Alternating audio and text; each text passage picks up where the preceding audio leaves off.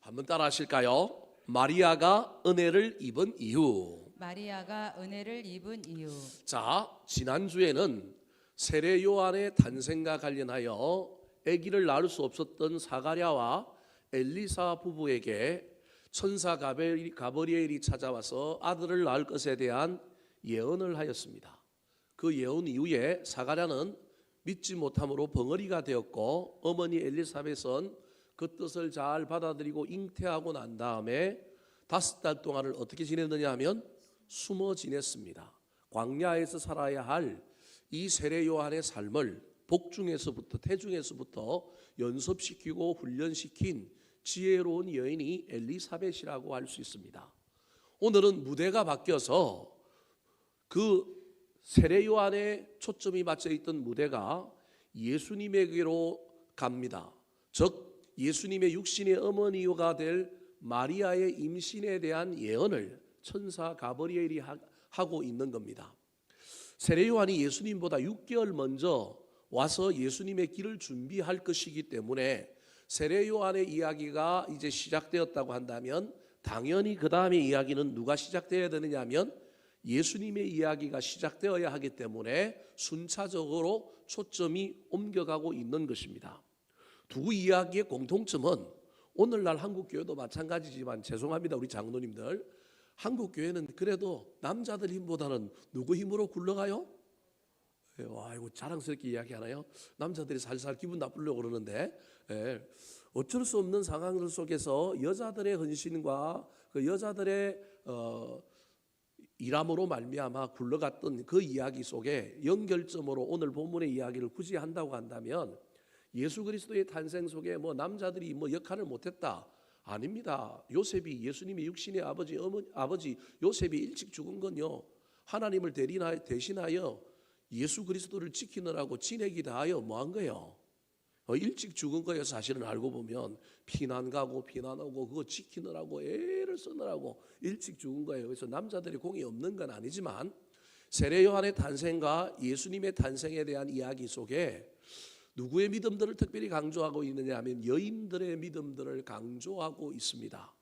시대가 누가복음이라고 하는 성경의 특징이 소외된 자, 여인들에게 대한 관심이 훨씬 더 많습니다. 그래서 다른 성경에 없는 이야기, 이 엘리사벳과 이 마리아에 대한 이야기들을 기록하고 있는 것입니다.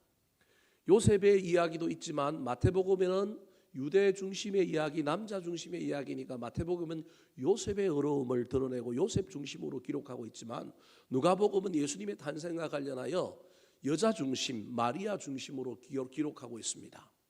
처녀였고 순결한 이 마리아에게 천사 가브리엘이 찾아와서 대뜸 이렇게 인사합니다. 이 마리아를 향하여 어떻게 인사했을까요?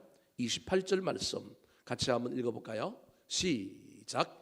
그에게 들어가 이르되 은혜를 받은 자여 평안할지어다. 주께서 너와 함께 하시도다 하니. 마리아를 향하여 천사 가브리엘을 통한 하나님의 선언은 뭐냐 하면 너는 무엇을 받은 자라고요? 은혜를 받은 자다. 옛날에는 은혜를 입은 자여 그랬는데 개역 개정판으로 성경이 바뀌면서 은혜를 받은 자다 그렇게 표현하고 있습니다. 여러분 얼마나 멋진 표현입니까? 저와 여러분의 인생에도 하나님께서 넌 은혜를 받은 자다 그런 놀라운 선포가 우리 가운데 나타나면 얼마나 좋겠습니까? 여러분 알고 보면 조금만 눈을 들어보면 우리 모두는 다 뭘 받은 자예요? 은혜를 받은 자인데 그걸 알고 사느냐 모르고 사느냐의 차이일 뿐입니다. 근데 오늘 특별히 이미 은혜를 받은 이 마리아에게 하나님께서 천사 가브리엘을 통하여 더 큰 은혜를 이야기하고 있는 겁니다. 그 은혜의 내용이 뭐냐 하면 너의 몸에서 누가 태어난다고요? 하나님의 아들, 다윗의 자손이라 일컬음을 받을 하나님의 아들이 태어난다. 예수가 태어난다. 그의 이름을 예수라 하라. 명확하게 이야기하고 있는 겁니다. 얼마나 놀랐을까요? 우리 인간이 생각하는 은혜는요, 나한테 좋은 거예요. 부담이 되는 게 아닙니다. 두려움과 도전이 되는 걸 우리 인간은 은혜라고 생각하지 않습니다. 그런데 때로는 하나님께서 우리가 좋아하는 일반적인 은혜, 형통하고 잘되고 아름답고 소유가 넘치고 우리가 다 생각하고 있는 일반적인 이 은혜도 하나님이 우리에게 주시지만, 오늘 본문의 이야기 속에서 저와 여러분이 염두에 둬야 할 것, 내가 생각한 것보다 더 큰 것, 그것도 그냥 물질이 큰 것, 소유가 큰 거면 좋겠는데 부담이 큰 것, 내가 감당할 수 있을까 없을까, 이거 위험의 지수도 높은데 부담도 되는데 라고 하는 은혜를 하나님이 저와 여러분에게 주실 때 우리는 어떻게 반응할 수 있을까요? 이게 사실은 오늘 본문의 이야기인가요? 우리가 잘 알고 있는 은혜, 일반적인 은혜는 전부 준다고 그러면 어떻게 하면 돼요? 아멘 하면 되잖아요. 그냥 받으면 되잖아요. 근데 오늘 마리아에게 임한 은혜는 그런 은혜가 아니라 상상을 초월한 은혜, 그것도 그냥 받기만 하는 너무 큰 돈을 주는 이런 은혜가 아니라, 영적으로 보면 그럴 수도 있지만 인간적인 심정을 가지고 대하기에는 부담이 되는 거예요. 특별히 이 마리아는 아기를 안 가졌단 말이에요. 처녀란 말이에요. 남자를 알지 못한단 말이에요. 그런데 뭐가 태어난다고요? 애가 태어난대요. 그것도 누가 태어난다고 그러냐면 하나님의 아들이 태어난다라는 거예요.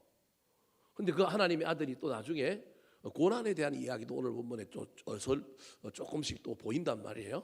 그러면 좋은 것, 영광스러운 것, 복된 것만 있는 것이 아니라 부담도 되고 감당하기도 벅차고, 이런 은혜를 저와 여러분이 받게 될 때 우리는 그 은혜 앞에 어떻게 반응할 수 있는가? 근데 마리아가 멋지게 반응했다라는 거예요. 다르게 얘기하면 하나님께서 이 땅에 예수 그리스도가 오실 때 예수 그리스도를 낳을 육신의 의미를 아무나 정하지 않았다라는 거예요. 고르고 골라서 정말로 믿음 있는 사람에게 더 큰 은혜, 부담되는 은혜를 줘도 그 은혜를 받을 만한 믿음이 있는 사람. 그래서 오늘 설교 제목이 뭐냐면 마리아가 은혜를 입은 이유인데, 그냥 한마디로 정답을 얘기하면 은혜를 입은 이유는 감당할 만한 뭐가 있기 때문에요? 믿음이 있기 때문에. 일반적인 은혜와 달리 오늘 본문에 나오는 마리아에게 임한 은혜는, 여러분, 이 은혜는 아무나 감당할 수 있는 은혜가 아니라 믿음이 있어야만이 감당할 수 있는 은혜라는 겁니다. 사랑하는 성도 여러분, 저와 여러분의 평생에 우리가 소유하고 우리가 받기를 원하는 인간적인 측면에서 우리가 원하는 은혜도 많이 사모하시며 달려가시기 바랍니다. 근데 때로는 우리 인생에 몇 번 이 마리아와 같은 이야기가 일어날지는 알 수 없지만, 저는 제 인생을 설교를 준비하면서 쭉 돌아보니까 한 2번 정도 있었던 것 같습니다. 이것에 비할 정도는 아니지만 이런 성격의 하나님의 놀라운 은혜, 뭐 예를 들어 같으면 이제 목회로의 부르심. 이게 이제 저는 막 직장 생활을 하다가 목회로 부르심을 가는데 그걸 거절하고 처음에는 선교단체 간사로 들어가서 사역을 했는데, 또 하나님께서 계속해서 목회로 콜링하는데, 이게 우리 엄마가 나를 낳으면서 선한 기도가 자꾸 생각나고, 그 바람에 어쩔 수 없이 그 길을 가려고는 하는데 마음 한쪽에는 가기가 싫은 거예요. 죄송합니다, 목사가 이런 얘기를 해서. 인간이니까 어쩔 수 없잖아요. 제가 뭐 처음부터 나시린이 되어가지고 처음부터 신학교 가리라 이렇게 결정하고 태어난 사람이 아니라 뒤늦게 돌고 돌다가 34살에 애가 뭐 1살, 3살, 2살, 4살 된 남자 아들 둘 있고, 뭐 벌이도 시원찮고, 뭐 예를 같으면 몸도 아파가지고 병원 들었고, 주간생활학교를 가야 되는데 야간이라도 가면 돈을 벌어서라도 어떻게 해볼 텐데 돈은 없는데 신학교는 가야 되고, 그때 신학교 등록금이 280 얼마를 했단 말이에요. 감당하기가 쉽지 않은 상황 속에서 그 길을 가야 되는 이 부담감, 이걸 어떻게 받아들일까? 어떻게 하면 안 할까? 그래서 제가 생각했던 게 중에 하나는, 우리 집 사람한테 물어서 우리 집 사람이 안 할 거라고 저는 생각한 거예요. 가지 말라고. 아니, 부인 입장에서, 아내 입장에서도 생각해보면 남편이 갑자기 어디를 간다 그래요? 신학교로 간다 그래요. 그거 뭐 신학교 갈 줄 알고 시집 온 것도 아니고, 직장 생활하고 돈 벌다가 뭐가 인생이 꼬여가지고 몸도 아프고 뭐 이런데, 애는 1살, 3살 이렇게 어린애가 있고요. 근데 신학교를 간다 그러면 우리 집 사람이, 저는 안 된다라고 이야기할 줄 알고 사실은 면피를 하려고 제 아내한테 이야기했는데, 우리 아내가 가래요. 궁금해요. 뭔 믿음이 있었는지 뭐 때문에 그랬는지 지금도 궁금해요. 가라는 거예요. 그래서 갔어요. 이건 어쩔 수 없다. 나는 안 가지 말라고 이야기할 줄 알고 의논하고 물었는데 가라고 해서 어쩔 수 없이 코가 끼어서 신학교를 가서 여기까지 오게 되었습니다. 사랑하는 성도 여러분, 저와 여러분의 인생 가운데 이런 일이 있을 수 있다는 걸 반드시 염두에 두셔야 합니다. 이때 저와 여러분이 어떻게 반응을 하느냐에 따라서 우리의 인생에 큰 족적을 남길 수도 있고 하나님께 영광 돌리고 우리 인생 가운데도 아름다운 인생의 정표를 남길 수 있는 기회가 됩니다. 모든 사람들이 다 좋아하는 은혜, 모든 사람들이 다 받기를 원하는 은혜, 그거야 누구든지 아멘하고 받으면 되지 않겠습니까? 그런 은혜가 아니라 조금 부담스러운 은혜, 조금 위험지수가 있는 은혜, 영적으로는 좋기는 한데 인간적으로는 이게 어떻게 될까? 잘 모를 만한 은혜에 대하여 하나님이 도전해 올 때, 그때 저와 여러분이 마리아처럼 믿음으로 응답할 수 있게 되기를 우리 구주 예수 그리스도의 이름으로 축원합니다. 자, 그렇다면 은혜를 입은 자라고 하는 칭호를 들었던 이 마리아가 이 놀라운 예수 그리스도의 탄생에 대한 이 예언을 어떤 믿음으로 이 은혜를 받아들였을까요? 첫 번째입니다. 따라 하시겠습니다. 생각하는 믿음. 생각하는 믿음. 자, 은혜를 입은 자 마리아가 자기 생각과 다른 은혜임에도 불구하고 이 은혜를 받을 수 있었던 비결 중에 하나가 그에게는 무슨 믿음이 있느냐 하면 생각하는 믿음이 있었습니다. 29절 말씀 같이 한번 읽어볼까요? 시작. 처녀가 그 말을 듣고 놀라 이런 인사가 어찌함인가 생각하매. 자, 이런 인사가 어찌함인가 생각하매. 이런 인사는 가브리엘이 와가지고 은혜를 받은 자여 평안할지어다 주께서 너와 함께 하시도다. 그 다음에 이제 무슨 얘기를 할 거란 말이에요. 이 얘기가 벌써 심상치 않을 것 같다는 느낌을 받은 이 마리아가 그 말을 듣고 놀라 이런 인사가 어찌함인가 뭐 했다고요? 생각했다. 저기 어찌함인가라고 하는 헬라어가 소위 말하는 의심의 어찌함이 아니라 하나님이 나에게 무슨 뜻을 실현하려고 하는가, 나를 통하여 무슨 일을 하려고 하는가에 대한 묵상을 의미합니다. 그러니까 의심의 어찌함이 아니라 앞으로 되어질 일에 대한 기대함. 그래서 뒤에 나오는 어찌함인가 생각함이라고 하는 이 생각함은 여러분 부정도 아니고요, 회피도 아니고요, 무시도 아니고요, 기다리는 가운데 하나님께서 나를 통하여 이루실 놀라운 일들에 대한 기대감으로 하나님이 나한테 뭘 주시려고 그럴까? 어떤 걸 주시려고 그럴까? 이 생각함이라는 겁니다. 사랑하는 성도 여러분, 저와 여러분은 딱 듣는 순간에 머리가 팽팽팽 돌아가서 이익이 되느냐 이익이 되지 않느냐, 이게 옳은 거냐 그러냐, 저와 여러분의 머리가 판단이 참 빠릅니다. 그거 잘 안 되는 사람이 있을까요? 아닙니다. 했는데, 이미 판단했는데 사실은 동의가 안 되었을 뿐일 가능성이 많습니다. 인간은 딱 듣는 순간에 옳고 그름 이거 어떻게 해야 될지 판단이 딱 씁니다.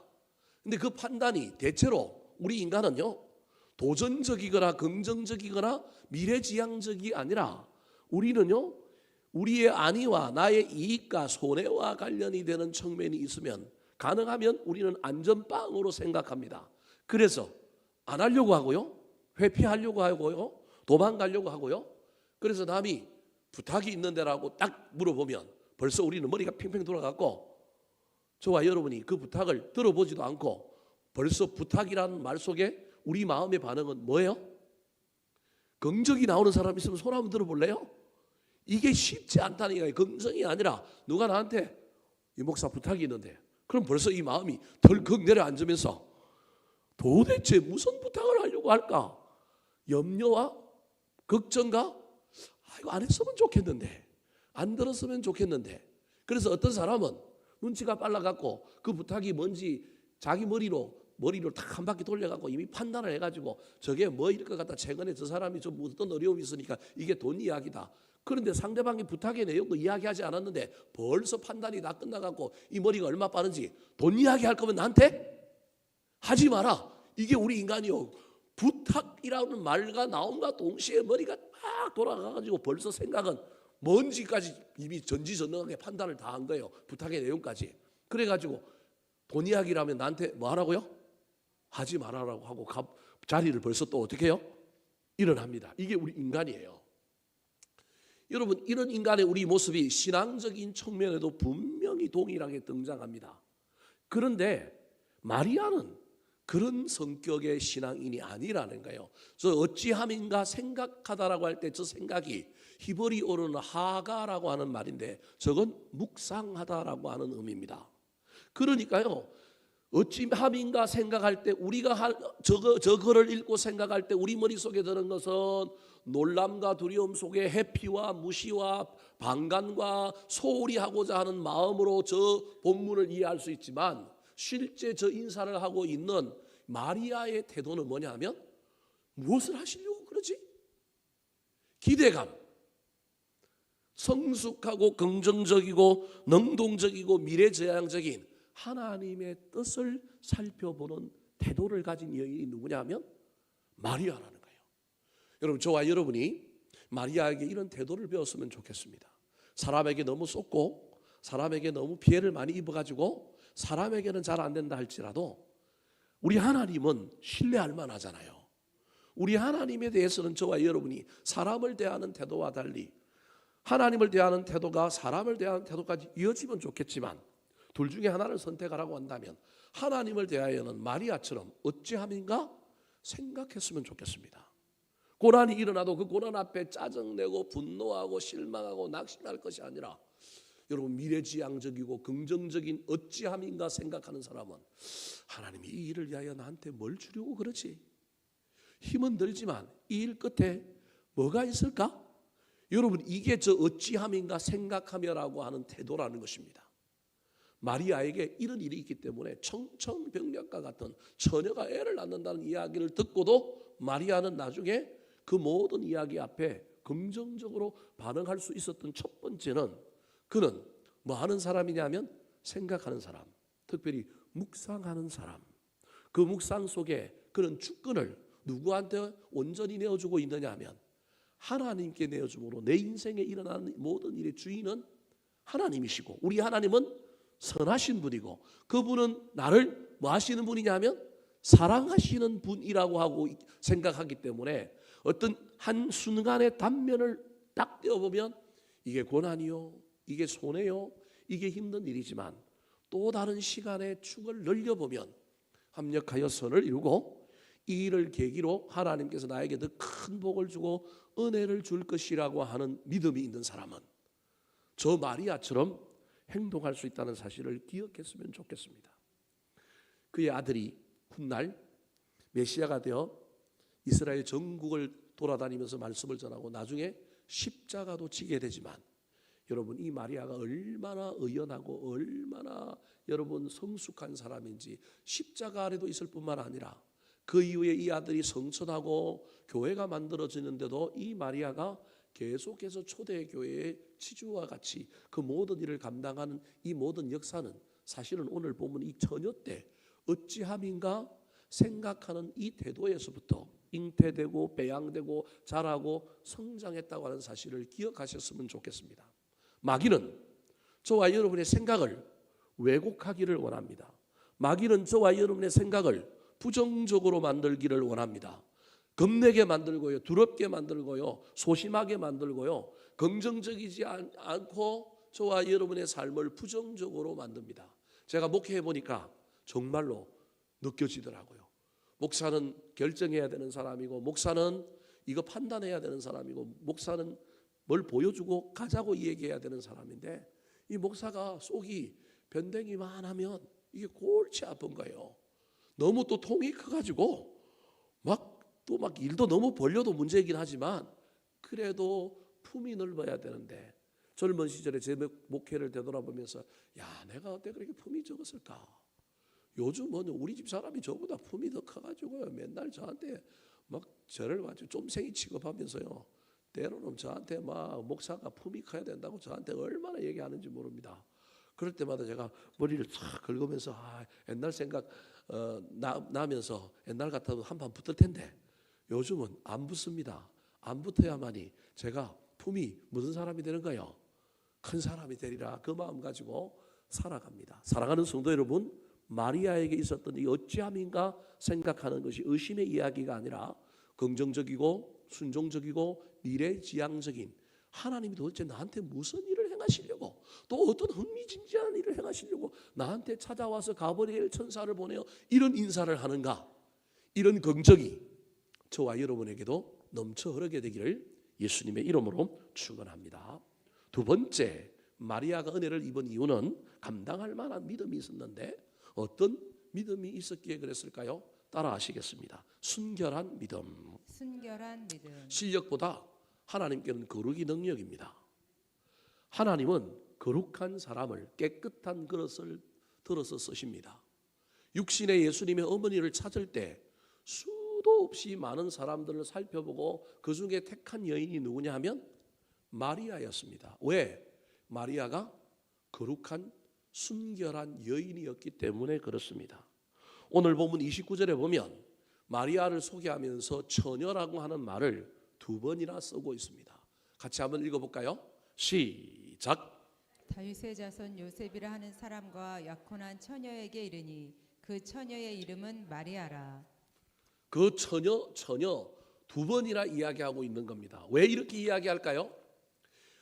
예수님의 성육신은 동정녀 탄생이라고 하는 교리를 반드시 필요로 합니다. 왜냐하면 죄가 없는 사람이 죄 있는 인간을 대표해서 죽어야 되는데, 그냥 인간의 부정 모혈을 통하여 난 자식은 벌써 유전에 의하여 아담으로부터 흘러나오는 원죄에 오염되어 벌써 태어남과 동시에 뭐가 된 거예요? 죄인이 되는 거예요. 그러면 죄인이 죄인을 구속하는 것은 논리에 어긋납니다. 오늘날 우리가 생각하는 건 아무것도 아니지만 교리적으로 보면 동정녀 탄생이 아니고 일반 여인에게서 태어난 아이가 사람을 구원한다? 그래서 여러분 계룡산에 가면 자칭 예수라고 하는 사람들이 됐다 많이 있잖아요. 오늘날에도 여러분 우리 저 고향 백제에도 교회 하나가 있어요. 여러분 잘 모르죠. 여러분이 그 교회 하나가 여자 목사인데, 여자 목사가 자기가 누구라고 얘기해요? 예수라고 이야기하는 목사 하나가 저 고양동 백제 쪽에 한 명 있어요. 교회도 크게 지어놓고 있어요. 근데 그게 말이 안 되는 게, 여러분 이 동정녀 교리를 모르는 사람들은 이 말을 사람이 신이 될 수 있다라고 하는 이 이야기 속에서, 아니 그러면 우리 죄를 대신해서 죽어서 구원해야 되는데 죄 없는 사람이 죄 있는 우리 인간을 대신하여 죽음으로 구원하는 이야기인데, 구원은, 그러면 그 사람은 벌써부터 죄가 있는데 어떻게 구원할 수 있느냐는 거예요. 그래서 동정녀 교리를 받아들이고 동정녀 교리에 아무도 시비를 걸 수 없는 사람, 그 당시에 그 인근에 있었던 모든 사람들이, 여러분 인간이 얼마나 부정적인지 아십니까? 아무리 믿다가도 여러분 인격을 가지고 그 사람의 모든 것을 판단하기보다는 때로는 상황 때문에 뭐 안 봐서 모르니 할 수도 있고 일어날 수도 있고, 이게 우리 인간의 마음인 거예요. 그래서 수많은 사람들 중에 아무도 시비 걸 수 없는 사람들, 안 봤어도 저 사람은 분명히 깨끗한 여인이다. 저 여인이 아기를 가진 건 인간의 힘에 의한 것이 아니라 성령의 능력으로 잉태한 것이다라고 믿을 만한 여인을 골랐는데, 그 여인이 누구라는 거예요? 마리아라는 거예요. 그래서 여러분 그 마리아를 알아봐 줄 사람도 필요한 거예요. 그게 누구예요? 요셉이라는 거예요. 그래서 여러분 죄송한 이야기지만 돈도 없고 백도 없고 연약할지라도 거룩의 관점에서 예수 그리스도의 육신의 부모님을 우리 하나님이 정말로 그 당시 그 이스라엘 땅에서 정말로 거룩한 두 사람을 딱 뽑은 거예요. 그래서 동정녀 탄생을 받아들일 여인을 찾았고, 그 여인을 믿어주고 동정녀 탄생을 인정할, 요셉이 관계하지 않았는데 마리아가 임신했는데 그 임신한 건 자기 아기가 아니라는 걸 요셉은 알잖아요. 아는데도 불구하고 성령이 나타나서 이게 성령으로 잉태되었다라고 할 때 그걸 받아줄 어려운 사람. 요셉은 꿈에 천사가 나타나서 그거 알려주지 않았을 때는 그 자신의 어려움으로 그래도 저 여자를 죽이면 된다 안 된다? 안 된다. 왜냐하면 마리아를 아는 거예요. 요셉이. 저 여자가 저럴 여자가 아닌데 왜 갑자기 애를 뱉다 그러지? 내 애는 아닌데. 근데 이걸 드러내는 순간 저 여자는 어떻게 되는 거예요? 돌에 맞아서 죽어야 되는 풍습이 있단 말이에요. 그래서 이혼 정서를 써주고 가만히 뭐 하고자 했어요? 끊고자 했어요. 가만히 끊어도 마리아가 낳은 아들은 법적으로 이제 누구 아들이 되는 거예요? 요셉의 아들이 되는 거예요. 이걸 감수하고 요셉이 생명 하나 살리려고 마리아 하나 살리려고 자기가 생각하고 고뇌하고 쓴 최후의 수단. 자기의 어려움만 가지려면 그냥 내 아이 아니다라고 소문내면 끝나는 일인데 마리아를 믿는 거예요. 저 여자가 저럴 일이 아닌데. 그래서 가만히 끊고자 했는데 이게 인간의 머리로 생각한 요셉의 최후의 방법인데 밤에 천사가 나타나고 야 그거 아니야. 네가 정말로 어려운 사람이라 인간적인 방법으로 정말 좋은 수를 찾아냈기는 했는데 그것도 아니야. 마리아는 성령으로 잉태되었으니 데려오기를 마지 마라. 두려워하지 마라. 그래서 요셉이 해결이 된 거예요. 아 이게 진짜 동정녀 탄생의 교리. 후대에 생긴 말이지만 야 이게 하나님이 하셨구나. 인간이 한 게 아니구나. 다른 어떤 남자도 나도 아닌 하나님으로 말미암아 생명이 잉태된 거구나. 오늘날에도 산부인과 의사들에게 이 이야기를 하면 믿지 않잖아요. 세상 사람들도 이 세상의 논리로는 이해가 안 되잖아요. 근데 이런 믿음은 과학이 아니라서 하나님이라고 한다면 이런 일도 못하면 하나님이겠어요? 그런 하나님을 우리가 어떻게 믿어요? 아직까지도 이 동정녀 탄생의 교리를 가지고 시비를 거는 사람들이 있지만 우리는 이걸 과학이나 이성의 논리로 이야기하는 것이 아니라 믿음으로 이야기하는 겁니다. 중요한 건 오늘 본문에서 하나님께서는 수많은 여인들에게 은혜를 입은 자여 그래놓고 너 아기 가질 거다. 그런데 남자가 아니라 성령으로 잉태될 거다. 여러분 이걸 받아들여야 되잖아요. 아멘 해야 되잖아요. 오늘 마지막에 보니까 아멘 했단 말이야. 여러분 미안한 이야기지만 이게 말이 될는지 안 되는지 모르지만 아멘 할 때 저는 마리아에게 잉태가 일어났다고 저는 생각합니다. 이 놀라운 성령의 잉태의 과정에 인간이 해야 될 아멘이 있어야 되는데 이 아멘을 할 만한 사람이 없는 거예요. 세상의 여자들 중에. 그래도 찾아보고 이걸 받아들일 만한 사람이 누구라고요? 마리아. 긍정적이고 미래지향적이고 어찌함인가 생각하고 하나님이 나한테 무슨 일을 할까? 뿐만 아니라 정말로 순결하여 아이를 가져도 시비 걸 수 없는, 시비를 걸더라도 정말로 의연하게 잘 버틸 수 있는 거룩한 이 여인을 뽑은 거예요. 그래서 인사한 후에 가브리엘이 이제 아기가 태어나고 아기 이름이 예수다라고 알려주니까 마리아가 대뜸 뭐라고 얘기해요? 34절 말씀 시작. 마리아가 천사에게 말하되 나는 남자를 알지 못하니 어찌 이 일이 있으리이까. 난 남자를 알지 못하는 정말로 거룩하고 순결한 여인이라는 겁니다. 그런데 어떻게 나한테 이런 일이 일어납니까? 근데 나중에 설명 쭉 해주잖아요. 엘리사벳 이야기도 하고 쭉 하면서 머리로는 과학으로는 이성으로는 이해 안 되지만 하나님이 하신다고 하니 나중에 마리아가 어떻게 해요? 아멘 하잖아요. 여러분 이게 믿음의 영역입니다. 이해가 지금도 안 되시는 분들은 안 될 겁니다. 믿음은 그런 겁니다. 이해에 대해서 아멘 하는 게 아니고요. 아멘 하고 이해가 되는 겁니다. 마리아가 지금 자기가 남자를 알지 못하는 사람이다.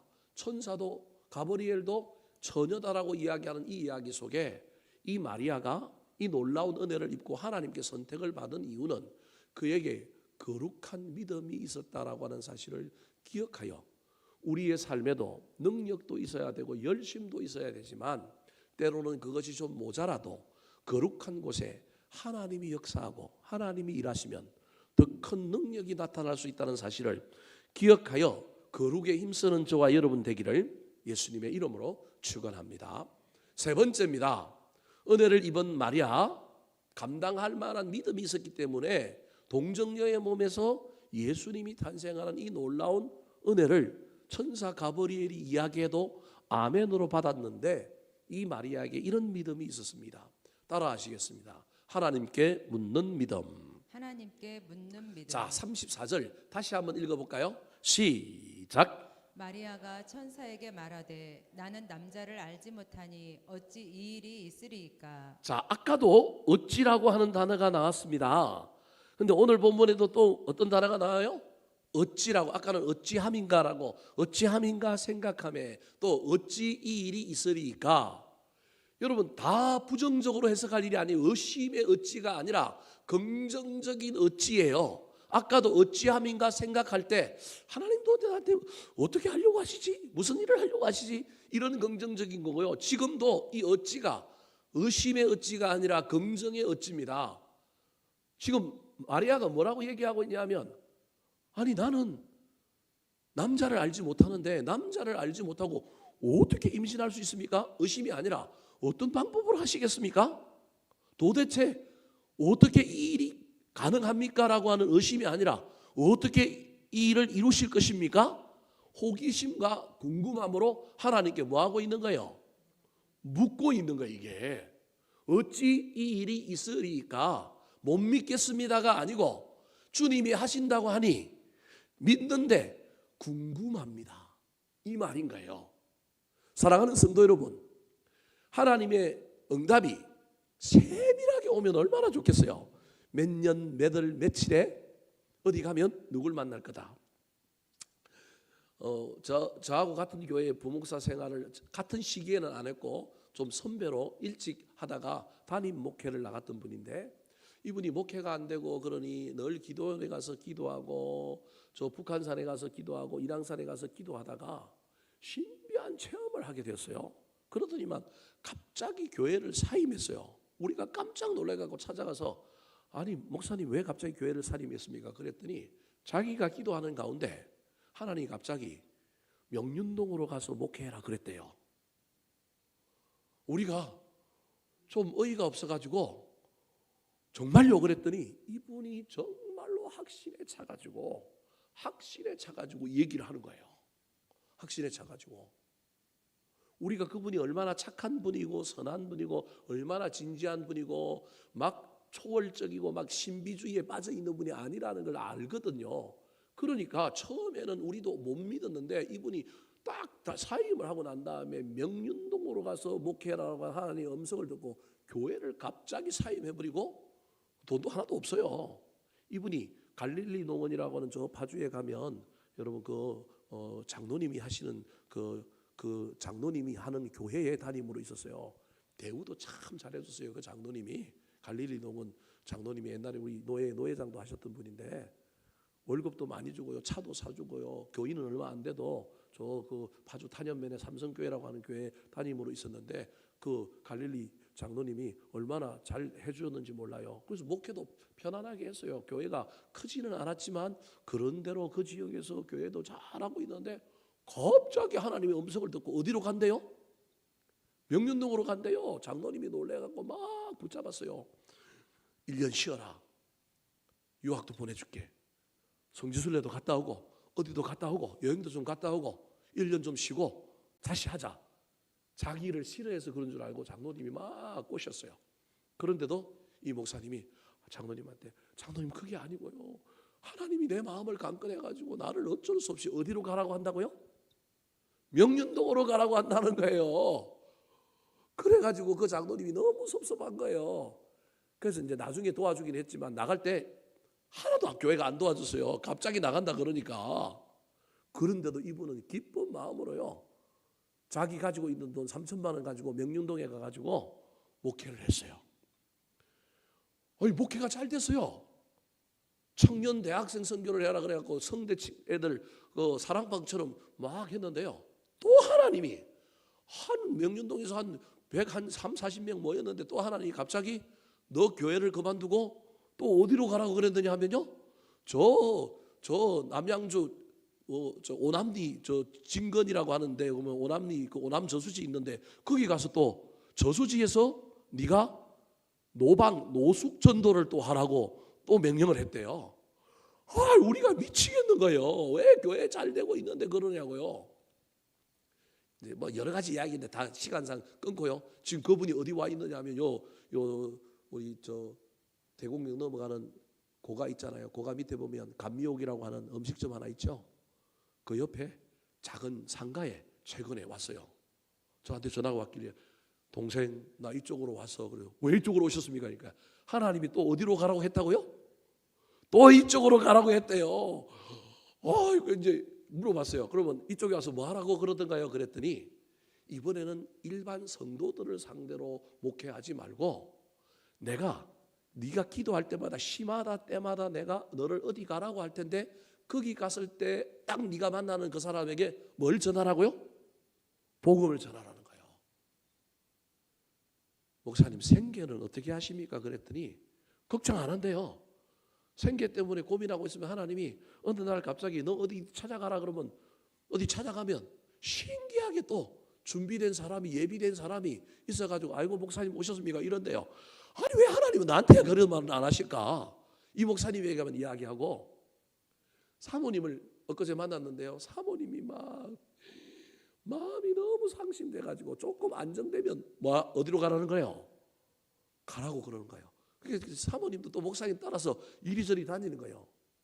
제가 보니까 거의 도인 수준이 됐어요. 지금은 그렇게 이제 한 2년, 10년 정도 이제 그런 삶을 소위 말하는 오로지 하나님의 음성만 듣고 성령의 인도하심을 따라서 목회를 하는 거예요. 목회를 하는 거예요. 뭐 사람 숫자, 안정, 돈 이런 건 없어요. 저보다 나이가 딱 몇 살 많으냐면 8살 많아요. 그럼 조금 있으면 이제 은퇴해야 될 때가 다가오잖아요. 근데 이분은 걱정을 안 한다는 거예요. 그래서 목사님 이제 안정적인 방법으로 돌아가야 되지 않겠습니까? 그랬더니 자기 걱정은 하지 말아요. 우리가 주변에 좀 그래도 같이 부목사 생활했던 사람들이 모임도 있고 그러니 우리가 선교비 후원도 하고 좀 어떻게 할까요? 그러니까 자기는 그러면 영빨이 떨어진대요. 하나님이 좋아하지 않는데요. 절대 나는 관심도 기울이지 말고 내가 뭘 하든지 간에 가만히 있으라는 거예요. 제 아내하고 차 타고 오면서 제가 저기 어느 교회가 있는데 저 교회가 뭐 이런 교회다라고 이야기했는데 우리 집 사람은 뭔 얘기인지 못 알아들었을 거예요. 제가 걱정이 돼하고 쳐다만 보는 거예요. 쳐다만 보는데 교회 간판은 있는데 교회 문은 닫혀 있고 이분은 늘 하나님의 음성이 딱 들려오면 딱 가는 거예요. 그리고 늘 시마다 때마다 하나님께 묻는 거예요. 제가 지금 무슨 얘기를 하려고 이 목사님이 이야기를 하느냐면요. 여러분 저와 여러분이 이 정도까지는 아니더라도 하나님의 인도하심을 그래도 가는 흉내라도 좀 내봐야 되고 하나님의 음성을 들으려고 하나님 앞에 좀 물어봐야 되지 않겠어요?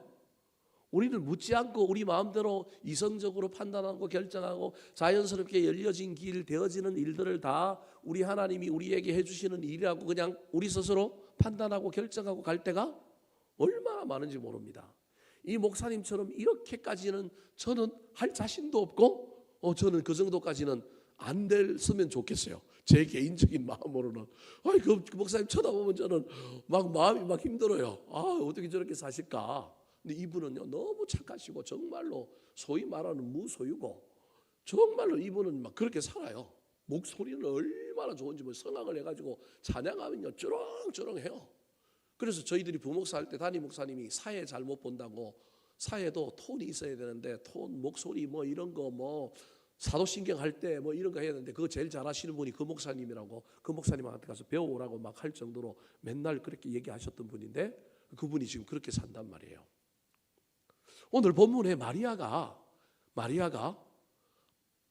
천사 가브리엘이 와가지고 애도 낳을 거고 이름을 예수라 하고 그 애가 어떻게 될 거냐면 나중에 지극히 큰 자가 되고 조상 다윗의 왕위를 이을 거다. 영원히 야곱의 집에 왕으로 다스릴 거다. 그의 나라가 무궁할 거다. 막 이런 얘기를 하잖아요.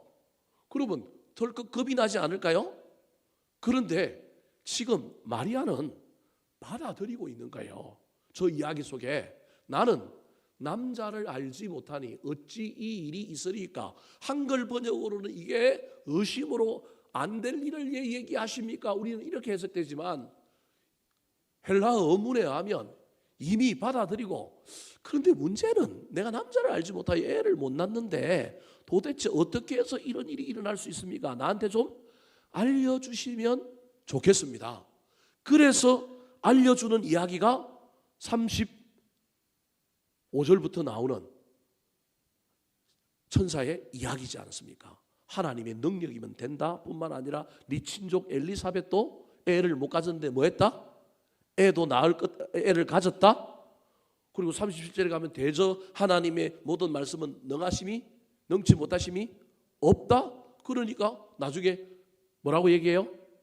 아멘이잖아요. 이게 무슨 말이냐면 지금 마리아는 하나님의 종론적인 하나님의 방향은 이미 받아들였는데 강론의 수준에서 세밀하게 하나님이 그럼 그 일을 어떻게 이어가실 것입니까? 라고 하나님께 묻는 거예요. 그랬더니 야 그거 뭐 중요하냐, 종론이면 되지, 내가 한다고 그러면 된다, 그 말로 뭐해라? 믿어라. 그래서 종론을 믿었던 마리아가 강론을 요구하다가 하나님 앞에 사실은 강론을 커트당했지만 커트당한 게 아니라 마리아가 예 알겠습니다, 종론이면 됩니다라고 하고 아멘 해버린 사람이 누군가요? 마리아인 거예요. 오늘 본문의 이야기가 그렇게 구성되어 있는 거예요. 제가 여기서 저와 여러분이 인간인지라 우리가 하나님의 말씀을 믿지만 이게 구체적으로 어떻게 이루어질지, 앞으로 단계적으로 어떤 방향을 밟아가야 될지, 어떻게 진행될지 때로는 궁금할 때가 있지 않겠습니까? 도마처럼 의심하여 내가 보지 않고는 안 믿겠다, 이거는 문제가 있지만 때로는 저와 여러분이 믿음 안에서 세밀한 것에 대하여 하나님께 묻는 것은 가능하다? 불가능하다? 가능하다. 때로는 어떤 차원에서 보면, 믿음의 차원에서 보면 세밀한 것을 묻는 것이 지극히 중요하다. 다윗이 사울이 죽고 난 다음에 광야에서 도망자의 삶을 살다가 하나님 앞에 묻습니다. 사울이 죽었으니 내가 이제 올라가도 되겠습니까? 그러니까 하나님이 뭐라고 얘기해요? 올라가라. 총론 올라가라예요. 그러니까 다윗이 하나님께 올라가라 그랬으면 자기 마음대로 예루살렘으로 올라가 버리면 되잖아요. 최고의 도시가 예루살렘이니까. 그런데 다윗이 강론을 또 얘기하잖아요. 하나님께 또 뭐라 그래요? 그러면 어디로 가오리까? 그랬더니 하나님께 요놈 봐라, 총론 믿고 그냥 가면 되지. 하나님이 이게 아니라 테스트 해보잖아요. 네가 총론 믿고 앞으로 따라올 수 있느냐, 강론 굳이 안 해도 될 수 있느냐.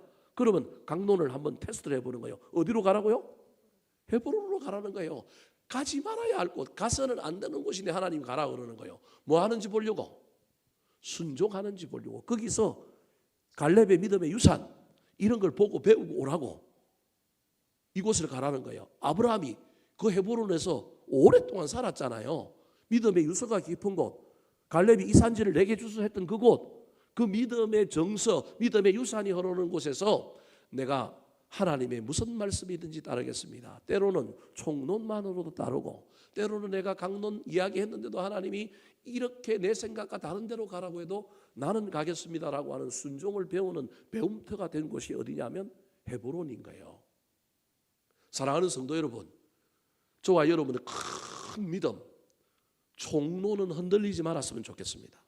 그런데 그 총론 하에서 강론은 얼마든지 하나님께 물어봤으면 좋겠습니다. 하나님 언제입니까? 어떻게 하시렵니까? 그 다음은 내가 뭘 해야 됩니까? 하나님이 알려주시면 감사하고요, 안 알려주시고 때로는요 오늘 본문처럼 싹둑 잘라버리고 뭐라고 얘기한다고요? 그냥 믿어, 된다고 내가 얘기했지 않았냐, 너는 따라오기만 하면 돼라고 이야기할 때 그냥 너무 강론 붙들고 실험하지 말고 마리아처럼 아멘 할 수 있는 사람. 중요한 건 묻는다라고 하는 것은 묻는 대상을 믿는 거예요. 묻는 대상을 따르고자 하는 거예요. 물어놓고 따르지 않는 사람 얼마나 많은지 모릅니다. 마리아는 지금 묻고 있는 것이, 여러분 다윗이 물었던 것은 자기 마음에 드는 대답을 얻고자 물은 것이 아니라 내려오는 응답에 순종하고자 물었다고 하는 사실을 기억하시기 바랍니다. 그래서 여러분, 저와 여러분이 강론을 물을 때 내가 원치 않는 답이라고 할지라도 그 강론 앞에 순종하리라 결단하고 물으시기 바랍니다. 묻는 것은 절대 잘못이 아닙니다. 저와 여러분의 인생 가운데 기도 제목이 없고 갈림길에 섰을 때 우리 하나님 내 인생 인도하시고 사랑하신다라고 하는 총론이 있지만 그럼에도 불구하고 어디로 가야 할지 강론 앞에서 때로는 우리 하나님께 물을 수 있는 그러한 신앙의 주인공들이 되기를 예수님의 이름으로 축원합니다. 마지막입니다. 오늘 본문의 하이라이터, 정말로 은혜를 입은 마리아가 왜 은혜를 입었느냐 하면 감당할 만한 믿음이 있었는데 그의 믿음의 하이라이터 가장 중요한 것은 순종하는 믿음입니다. 성숙한 믿음은 물은 뒤에 들려오는 음성에 이해가 되느냐 아니냐를 따지는 것이 아니라 순종으로 반응하는 것입니다. 36절 37절 말씀 같이 한번 읽어볼까요? 시작.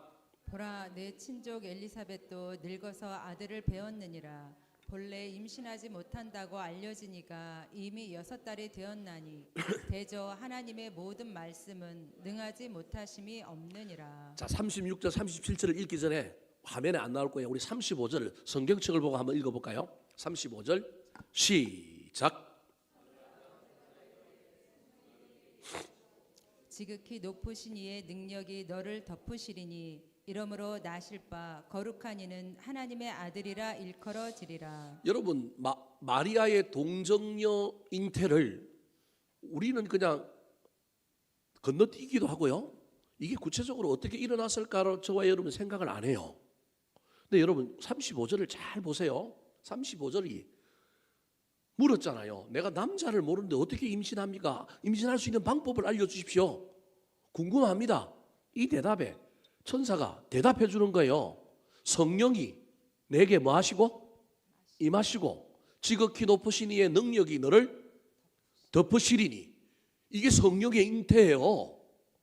이렇게 자세하게 알려주는 거예요. 우리는 그냥 글로 읽으니까 이게 대답을 들었다라고는 이해를 안 하는 거예요. 그냥 잘렸다고만 이야기하는데 이게 진짜 대답을 해 주신 거예요. 천사가 성령이 임하고 지극히 높으신 이의 능력이 너를 덮으시리니 이러므로 나실 바 거룩한 이는 하나님의 아들이라 일컬음을 받을 것. 이렇게 해서 네가 애를 가질 거다.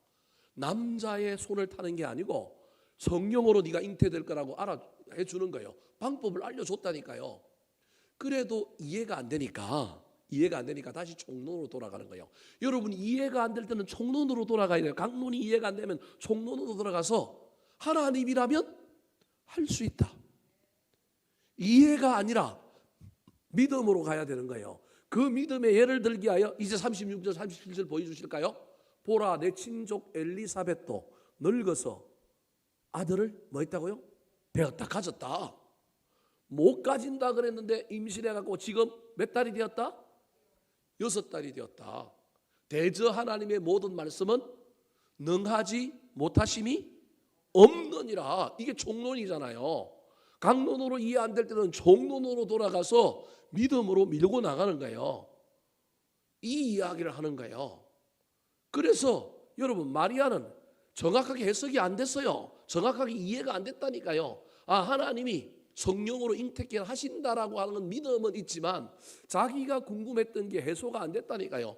우리는 지금 와서 세월이 지나고 성경을 읽으니까 여러분은 읽어도 이해가 안 됐지만 35절을 저는 읽는 순간에 이게 성령의 잉태에 대한 이야기구나. 그리고 실제로 이 성령의 잉태는 제가 생각하기엔 이 임재가 임하여 성령이 마리아의 삶의 인격에 온몸에 임할 때 일어날 텐데 이때 인간으로는 뭐를 해야 된다고요? 제 개인적인 학설이에요. 아멘 해야 되는데 그 아멘이 몇 절이라는 거예요? 38절 같이 한번 읽어볼까요? 시작. 마리아가 이르되 주의 여종이 오니 말씀대로 내게 이루어지이다 하매 천사가 떠나가니라. 천사가 왜 떠났어요? 끝났으니. 할 말이 끝났다는 게 아니라 아멘 하는 순간 성령이 아까 35절의 말씀처럼 성령이 임하였고 지극히 높으신 이의 능력이 마리아를 덮음으로 말미암아 이 순간 뭐가 됐다라는 거예요? 잉태가 됐다라는 거예요. 믿든지 말든지. 과학으로는 이해 안 되는 이야기지만 성경이 우리에게 이야기하고 있는 이야기는 여러분 명확하게 이 순간에 마리아가 주여 여종이 오니 말씀대로 내게 이루어지이다 하는 순간에 잉태가 됐다는 거예요. 맞는 말인지 안 맞는지 천국 가서 물어봅시다. 저는 그렇게 믿어요. 성경을 읽을 때 이렇게 해석해요. 그래서 천사가 더 이상 있을 필요가 있어요, 없어요? 없어요. 그 말은 동정녀 탄생이 이루어졌고 동정녀 탄생에 대한 강론은 마리아가 명확하게 이해가 안 됐지만 이해되지 않는 강론을 뭘로 다 완수한 거예요? 총론으로, 믿음으로 다 완수한 거예요. 그 믿음으로 그냥 순종해버린 거예요. 그래서 그 순종이 놀라운 역사를 이루게 된 것입니다. 사랑하는 성도 여러분, 저와 여러분에게도 이해되지 않는 일들, 일어나는 일들 가운데 정말로 왜 이런 일들이 일어날까 이해되지 않는 일들 가운데 이 마리아처럼 믿음이 강력하게 나타나서 그 믿음으로 하나님이 나한테 현실적으로 지금 이루어가고 있는 일, 내 인생 앞에 펼쳐지고 있는 일들에 대하여 아멘으로 받아들이고 순종하시기 바랍니다. 그때 예수가 태어나고 그때 구원이 일어나고 그때 놀라운 역사가 일어나는 저와 여러분의 인생이 되기를 우리 구주 예수 그리스도의 이름으로 축원합니다. 한번 따라 하실까요? 마리아가 은혜를 입은 이유. 마리아가 은혜를 입은 이유. 생각하는 믿음. 생각하는 믿음. 순결한 믿음. 순결한 믿음. 하나님께 묻는 믿음. 하나님께 묻는 믿음. 순종하는 믿음.